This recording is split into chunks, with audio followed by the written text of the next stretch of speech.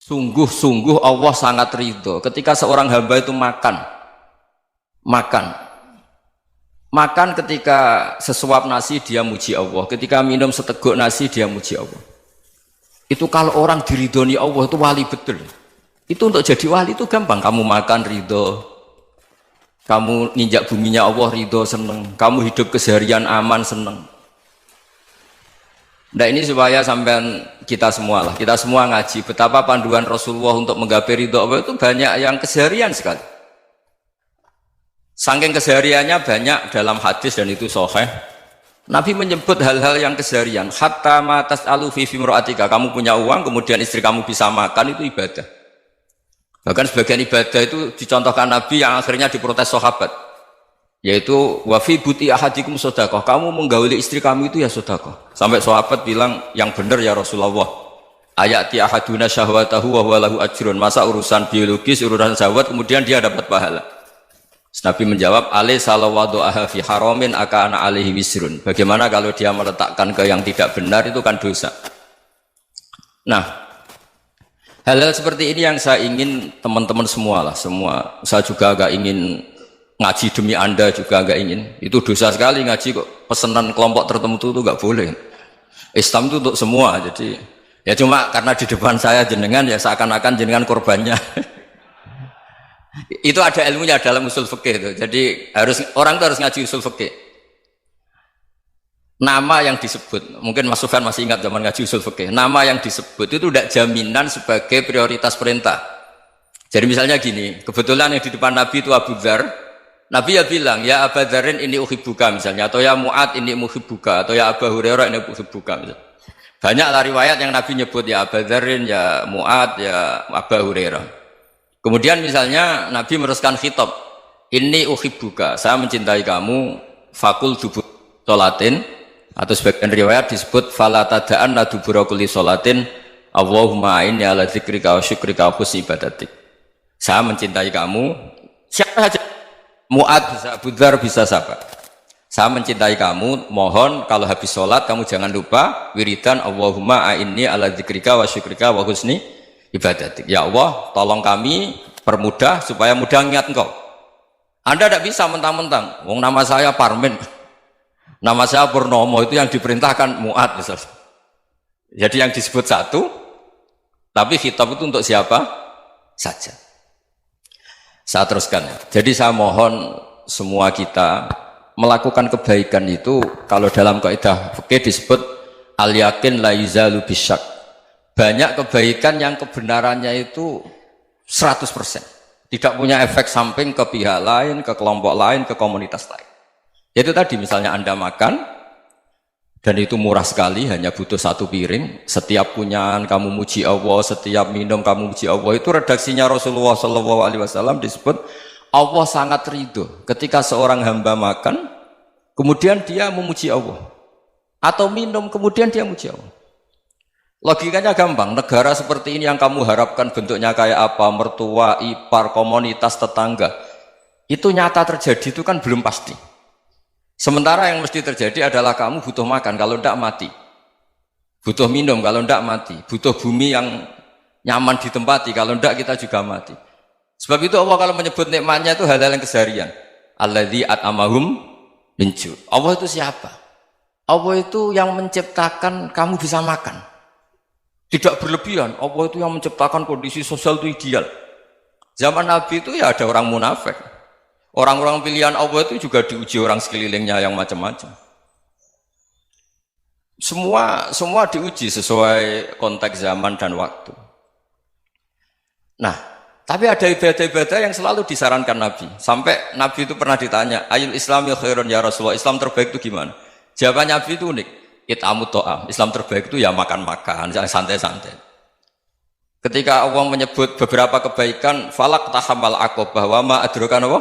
Mal akobah. Terusannya apa? Fakku rokobah. Terusannya apa? Au it'amun fiyaumin di masubaya. Itu acara makan-makan itu juga Islam. Kenapa? Ya bayangkan kalau tidak ada makanan, kita mati kan? Kondisi sosial tidak ideal itu Anda masih gak apa-apa, tapi kalau Anda tidak makan, Anda tidak minum, Kamu punya istri cerewet masih bisa hidup, punya mertua cerewet masih bisa hidup. Tapi kalau tidak makan bisa mati. Berarti penting mana istri sama makan? Penting mana? Makan. Semoga istri Anda dengar, nanti kamu disuruh makan tapi pulang deh. Itu kalau dibahasakan makan masih memahami. Penting mana nasi satu piring dengan istri. Nggak ada nasi mati, nggak ada istri belum mati. Penting mana? Gak berani jawab kan? Nah, ternyata Anda ada garang kan di depan istri. Jadi saya mohonlah, mungkin Mas Sufyan Sauri tadi yang bisa bantulah. Teman-teman tuh ngaji yang keseharian saja. Karena kita nyari ridha Allah itu berdasar firman Allah. Dan firman Allah itu menyebut keseharian tuh riang, gampang. Itu tadi misalnya wa min ayatihi manamukum bil laili wan nahar. Termasuk ayat-ayat Allah itu kamu tidur. Maka dulu itu ada guyonan, ada tokoh Mu'tazilah, kelompok dalam Islam yang berpikir manusia itu bisa menentukan ikhtiarnya sendiri. Karena saya bisa duduk, ingin berdiri, berdiri. Karena kelompok ini nggak terima kalau semua kehendak Allah, nanti bagaimana kalau semua kehendak Allah kok ada hisab ya, ada sanksi. Lucunya itu dia akhirnya ini cerita ya, mencintai seorang perempuan cantik sekali. Dan itu dia menjadi ahli sunnah itu oleh hal-hal yang sepele. Karena istrinya cantik, ya namanya suami istri itu hubungan intim. Terus ditanya, Mas masih ingin lagi? Masih. Silahkan diulang lagi. Wah ya tidak bisa. Katanya manusia bisa menentukan yang diinginkan. Itu tobat itu. Itu nggak bisa ditobatkan Mas Sufyan Ats-Tsauri. Orang cantik yang mudah nobatkan orang itu orang cantik. Segampang itu. Akhirnya kita tahu, makanya kalau dalam kitab Hikam itu disebut al-aqil mayyakul madza yaf'alu wa hubi wal ghafil mayyakul madza af'al. Orang yang punya akal karena sadar ini wilayah Allah, semua milik Tuhan. Itu dia tiap hari berpikir, besok Allah akan melakukan apa terhadap dunia ini. Kamu merencanakan sesuatu mau plesir ternyata gempa. Mau wisata ke Rusia ternyata perang. Kamu tidak pernah tahu apa yang akan terjadi besok. Wa ma tadri nafsum madza taksibu ghadan. Tapi anda semua kita ini sering punya jadwal permanen. Makanya saya kalau diundang siapa saja, sana takdir.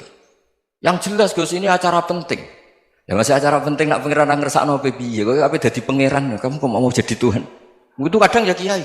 Penting Gus acara ini jenengan harus memastikan bisa. Loh kamu itu yang ngajarin tauhid, sesuatu itu biadillah kok bilang-bilang apa pasti. Kalau saya terus tak tobatkan kamu kata saya itu. Ya kalau gitu Gus bilang insya Allah. Wah itu hati saya, fisik saya, roh saya sudah bilang insya Allah. Tidak usah kamu latih kata saya.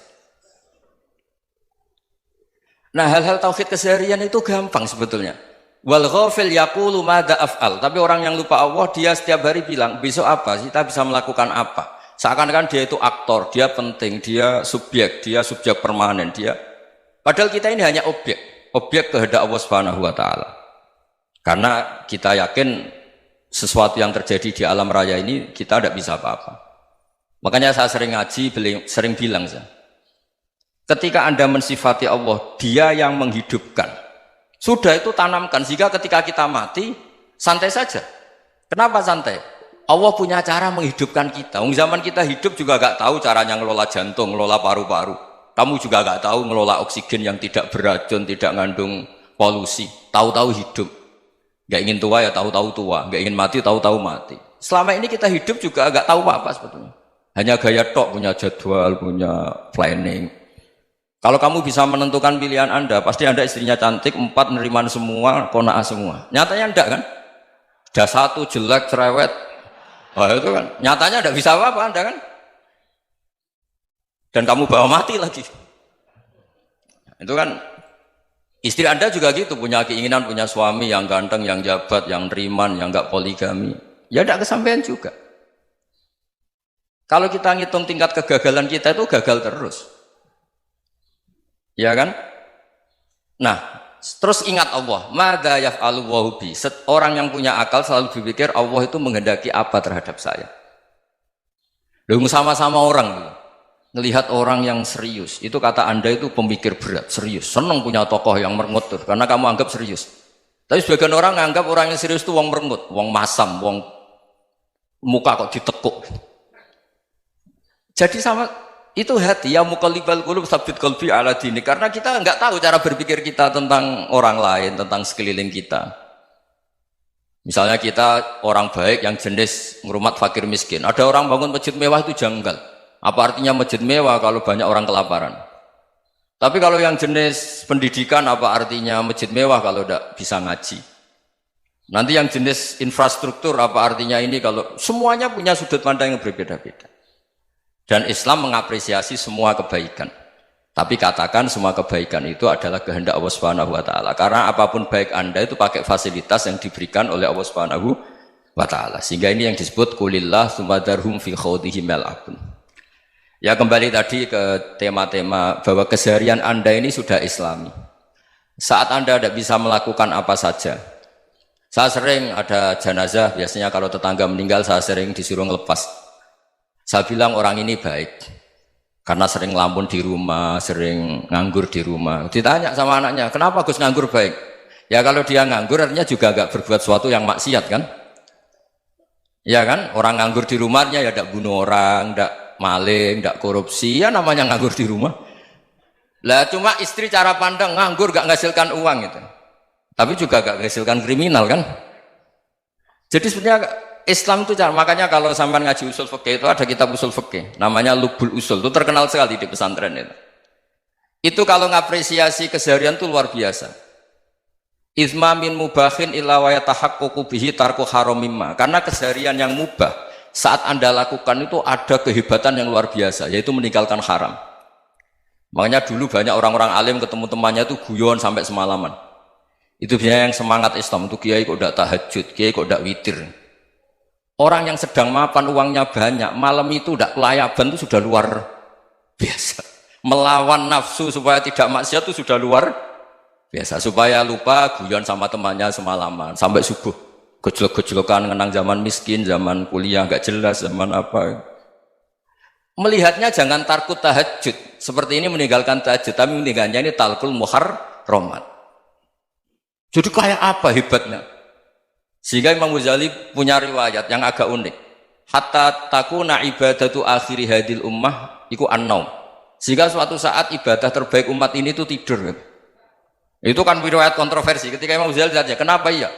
Kenapa kamu mulai keluar dari rumah itu sudah banyak maksiat? Melihat perempuan yang enggak mahram, melihat fenomena. Tapi kalau kamu tidur itu enggak melihat apa-apa. Tapi juga kamu jangan nganggap tidur itu ibadah betul. Saatnya melakukan fardu ain malah masih tidur. Tapi itu sudut pandang yang menjadikan kita Islam itu gampang. Jadi saat Anda tidak bisa aktivitas apa-apa, misalnya ada beberapa orang yang lumpuh. Lumpuh itu memang nggak bisa Jumatan, nggak bisa ibadah, tapi dia juga nggak bisa maksiat. Tidur itu memang Anda saat itu tidak bisa tahajud, tidak bisa witir, tapi saat itu ada zina, ada maling, tidak gosipkan orang, tidak bully orang, tidak menanamkan kebencian, tidak hasud. Sehingga tidur menurut Allah Ta'ala wa min ayatihi manamukum billaili apa? Wan-nahar. Karena di tidur itu selain ada unsur istirahat, jaga kestamina, juga ada unsur meninggalkan beberapa keburukan. Nah saya mohon ibadah yang keseharian ini kita jaga. Supaya kita semua baca ayat itu fasih. Fasih itu tertanam di hati. Allah itu siapa? Alladzi at'amahum min ju'i wa amanahum min khauf. Dan Allah kalau cerita di Quran itu anna sababnal ma'a sabba thumma syaqaqnal ardha wa syaqqa fa ambatna fiha habba wa inaba wa qadba wa zaituna wa nakhla wa hadaika hulba. Kamu tahu saya ini siapa, kata Allah? Saya ini adalah Tuhan yang menurunkan air, kemudian ada tanaman banyak, habba wa inaba wa qadba, ada zaitun, ada tin, kalau orang Jawa mungkin ada tela, ada padi, ada mangga, ada pisang. Sudah. Wa inaba wa zaituna wa nakhla wa hadaika hulba, ada perkebunan yang lebat. Tujuannya apa? Mata Allahum, silahkan kamu pakai, kamu nikmati. Tapi karena kadang kita ini punya ide-ide besar. Tadi untuk syukur saja nunggu punya istri riman, rumah baik, tetangga baik, komunitas baik, semuanya baik baru syukur. Lama-lama nanti ada di surga, syukurnya nunggu surga paling kelas A. Itu sudah ada yang menghuni Rasulullah, kamu nggak boleh di situ. Masa untuk syukur saja? Repotnya Masya Allah. Jadi mohonlah Quran yang kalau Anda hafalkan juz amma itu kan ada ayat-ayat yang kayak tadi. Ya, fal yang dzuril insanu ila ta'ami. Coba lihat Apa yang kamu makan ya? Dari mana? Dan untuk mempertahankan hidup kamu keseharian. Jadi jangan kira ibadah itu harus membentuk komunitas yang versi Anda. Ibadah itu harus yang hal yang mulu-mulu. Kesehariannya Anda alami. Loh, ini saya tidak bikin-bikin. Saya ngaji bukan karena berdasar pesanan. Itu ayat yang saya baca kan betul ada ayatnya kan. Fal yang dzuril insanu ila tu'ami anna sababnal ma'a sabba thumma syaqqaqnal ardo syaqqa fa ambasna fiha habba wa inaba wa qadba wa zaituna wa nakhla wa hadaiqa ghulba. Terusannya apa? Mata'al lakum, silakan kamu nikmati. Mata itu silakan kamu nikmati. Ya kayak sampean dikasih hidangan ya makan. Ya sudah makan, habis makan ya minum, habis itu ngantuk ya tidur. Ya sudah normal-normal saja. Kayak apa indahnya Islam? Tapi Anda mencari Islam yang gimana lagi? Nah itu yang diajarkan guru-guru kita, diajarkan sanad kita sampai Wali Songo, sampai Rasulullah SAW. Bahwa pada akhirnya ada jihad, ada perang. Itu dulu memang perang, bukan membunuh, beda. Dulu kita dijajah Belanda ya perang, dan itu normal karena kita dijajah. Jadi ketika orang lain ingin baik sama kita, wa in ahadum minal musyrikin astajaroka ya fajirhu hatta yasma'a kalam Allah. Kalau mereka ingin baik ya kita baik. Makanya ada istilah musta'man, mu'ahad. Kalau mereka ingin damai, berdampingan dengan kemajmukan ya itu yang lebih baik. Karena memang Islam menghormati proses perdamaian. Wa in janahu lis-salmi ya fajnah lah. Kalau ingin damai ya kita harus